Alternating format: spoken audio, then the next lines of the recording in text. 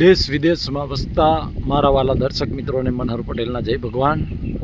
મિત્રો, આજે એક એવા ઔષધની વાત કરું છું કે જે ઔષધ ઘરે ઘરે ગામડામાં જોવા મળે છે. એનું નામ છે મીઠી લીમડી. મીઠો લીમડો આપણે કહીએ છીએ. આ મીઠો લીમડો છે.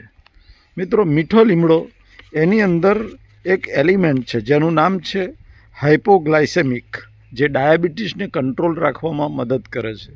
બીજું, મીઠી લીમડી આપણે કઢીમાં નાખીએ છીએ તો કઢી ખટાશવાળી છે, એસિડિટી કરે.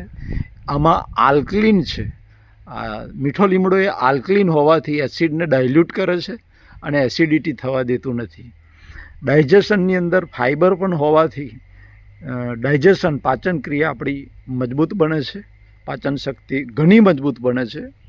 રોજ સવારમાં જો તમને ડાયાબિટીસ હોય અથવા તો પાચન શક્તિ મંદ હોય તમારી, તો રોજ સવારમાં 10 પાન ગણી અને ચાવીને ખાઈ જવાના ખાલી પેટે.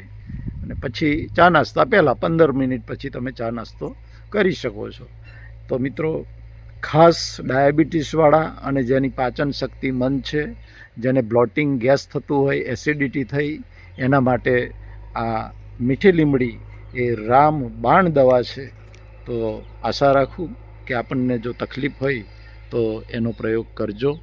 પરમપિતા પરમાત્મા મારા વાલા દર્શકોને લાંબુ નિરોગી આયુષ્ય આપે, હૃદયથી પ્રાર્થના. મનહર પટેલના જય ભારત, જય હિન્દ, જય ગુજરાત.